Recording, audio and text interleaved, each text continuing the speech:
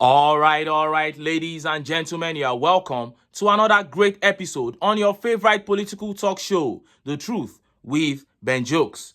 Now, the war between the northern and the southwestern faction of the APC is close to its peak now. Yesterday, the Northern Elders Forum came out and said Tinubu is a huge disappointment to them. They said he has betrayed the trust they had in him by showing a severe lack of empathy for the common man with his harsh policies.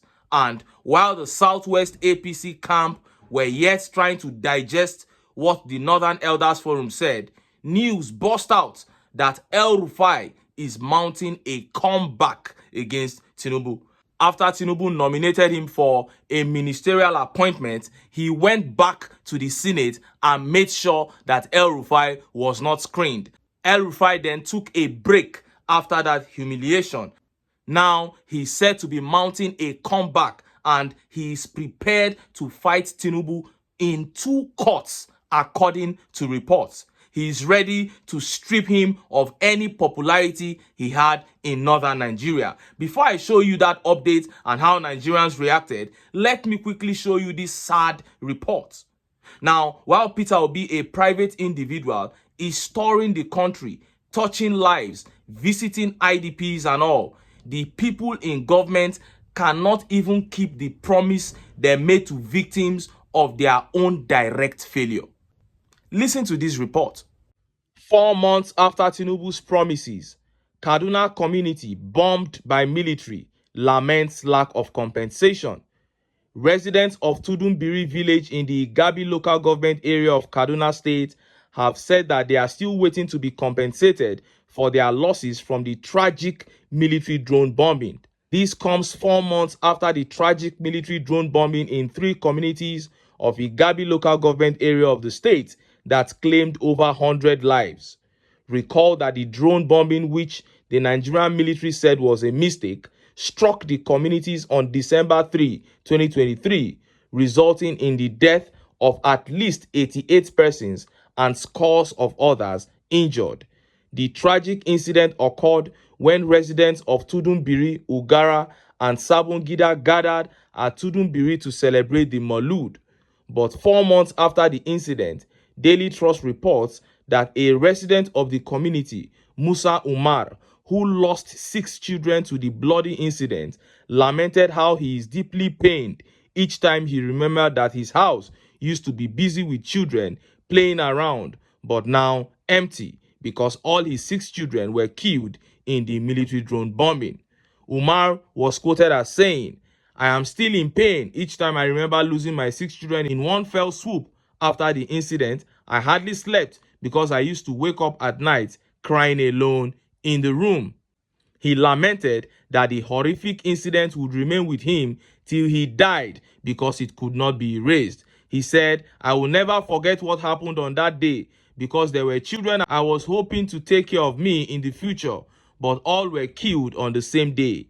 But I still give thanks to my Creator because He knows best." Recall that when the incident occurred, the Tinubu-led Nigerian government promised to rebuild the affected communities and compensate the victims. However, the victims are yet to be compensated 4 months after the incident, and the communities are also yet to be rebuilt through the Fulako initiative of the Nigerian government as promised by Kashim Shettima when he visited the state.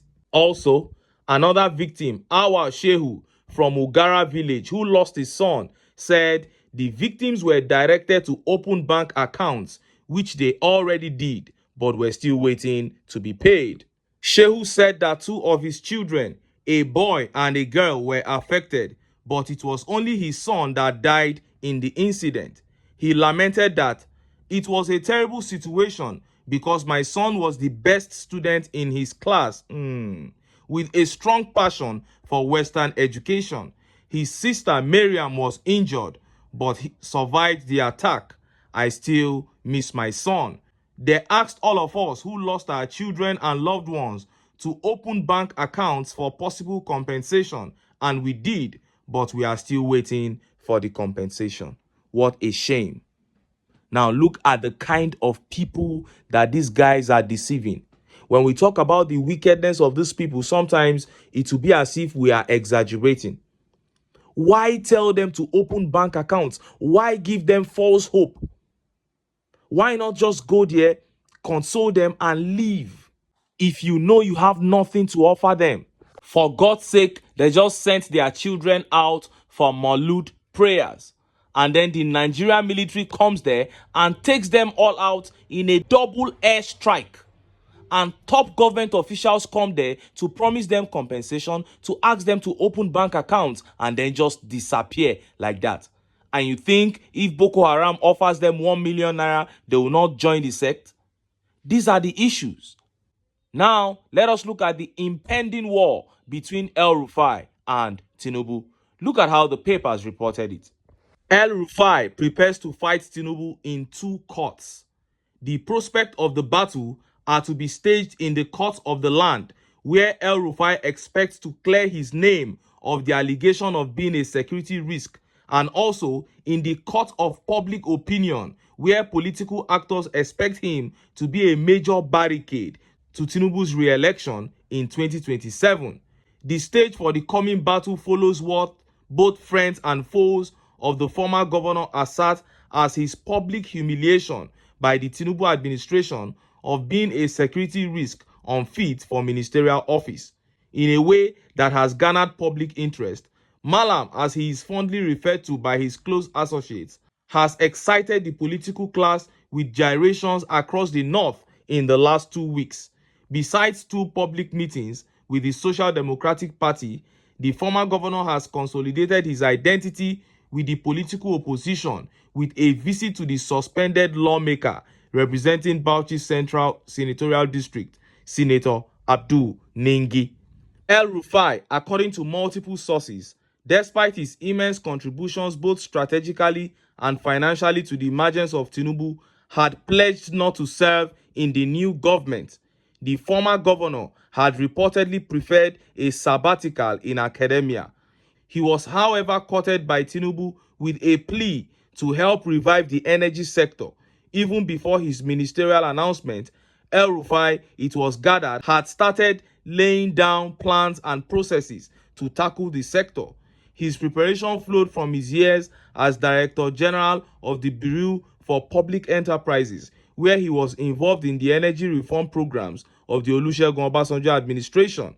However, to the shock of all, El-Rufai was dropped during the Senate ministerial screening on the claim that he failed security clearance. One of the confidants of the former governor told Saturday Vanguard, "You think Malam will allow this tag to abide on him? I can assure you that he is going to clear his name in court. El-Rufai is a man who has many contacts internationally, and he is not one to allow his reputation to be smeared by the reason given by the Senate of being a security risk," the source said, in revealing the prospects of court action to enable the former governor to clear his name.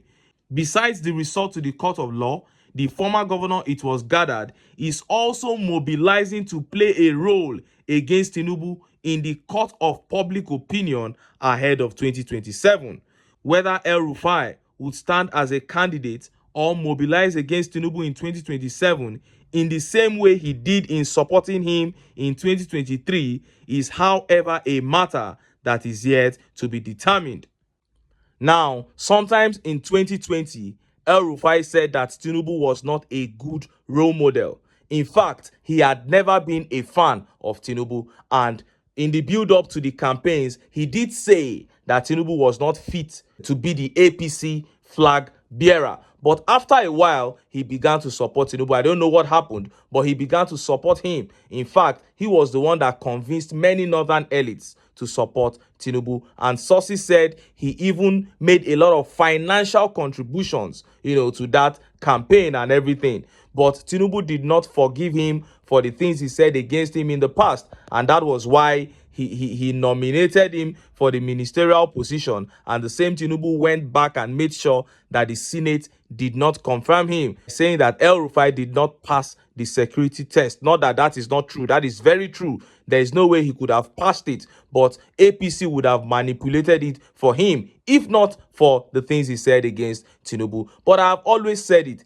that revenge was premature, because now you are seeing what is playing out. But I am happy, because anytime there is crisis in the APC, I have joy. I can assure you that El-Rufai is going to do whatever it takes to make sure that this man is stripped of all the popularity he has in the north.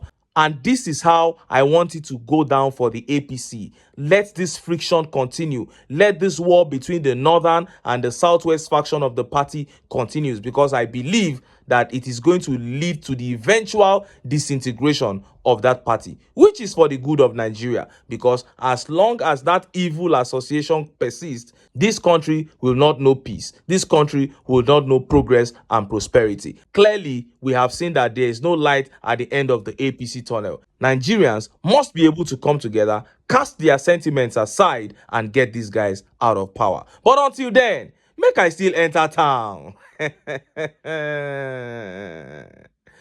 I go get some ogbonge political news wey una go like. Why? Because of una. Now I dey here. So don't go away.